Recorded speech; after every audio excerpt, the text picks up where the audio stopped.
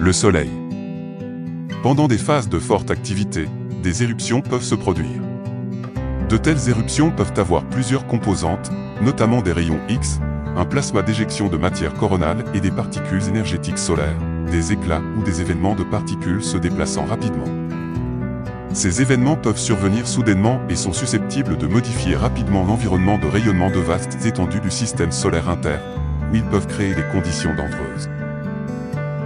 Non seulement de telles conditions sont dangereuses pour les humains dans l'espace, mais les rayonnements ionisants intenses peuvent également affecter l'intérieur du vaisseau spatial, y compris les composants électroniques sensibles. Les particules énergétiques solaires peuvent atteindre toutes les régions de l'espace proche de la Terre, y compris la surface lunaire, à l'exception de l'orbite terrestre à basse altitude et à basse latitude, où le champ magnétique terrestre est suffisamment puissant pour former une barrière protectrice. Le champ magnétique du Soleil tourne dans des directions opposées sur les pôles nord et sud. Ces champs magnétiques opposés sont séparés par une couche de courant appelée feuille de courant héliosphérique. En raison de l'inclinaison de l'axe magnétique par rapport à l'axe de rotation du Soleil, la nappe de courant héliosphérique bat comme un drapeau au vent.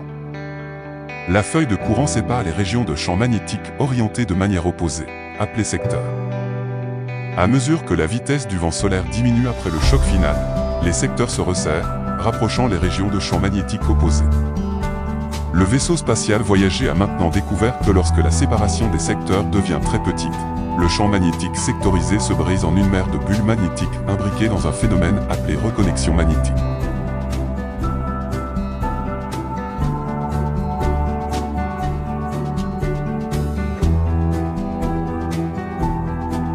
Grâce à des instruments mesurant les champs électromagnétiques et les particules chargées, les sondes Van Allen ont exploré les phénomènes invisibles guidant les particules à l'intérieur et autour des ceintures.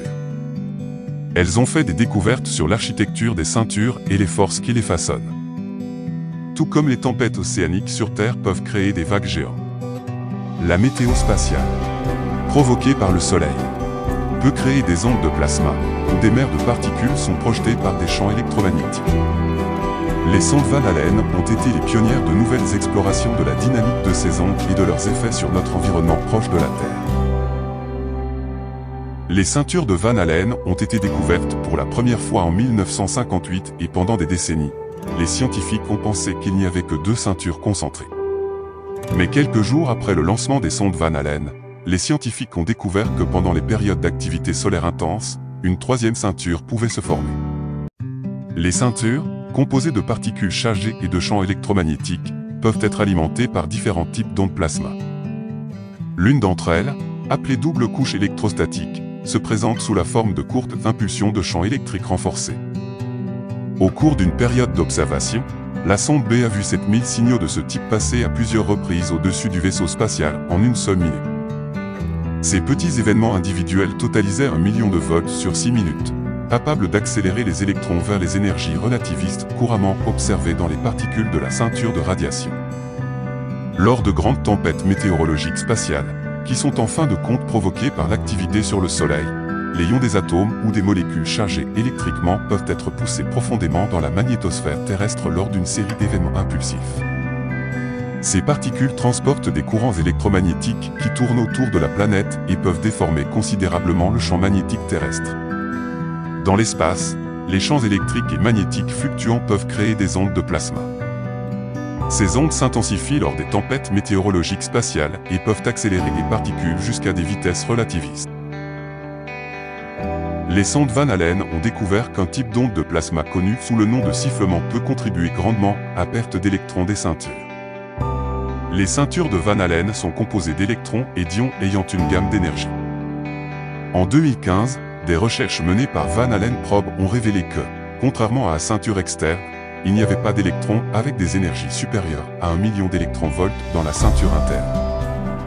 Les ondes de plasma, connues sous le nom d'ondes de Keyur-de-Siffer, sont également courantes dans notre environnement proche de la Terre. Ces ondes peuvent se propager parallèlement ou selon un angle par rapport au champ magnétique local. Les sondes Van Allen ont démontré que les 2 types d'ondes ne peuvent pas être présents simultanément, ce qui entraîne une plus grande diffusion des particules dans la ceinture de radiation dans certaines zones. Les ondes chorales à très basse fréquence, une autre variété d'ondes plasma, peuvent augmenter l'énergie des électrons jusqu'à des millions d'électronvolts. Lors de tempêtes, les sondes Van Allen ont découvert que ces ondes peuvent augmenter considérablement l'énergie des particules dans les ceintures en quelques heures seulement. Les scientifiques utilisent souvent des modèles de simulation informatique pour comprendre la physique derrière certains phénomènes.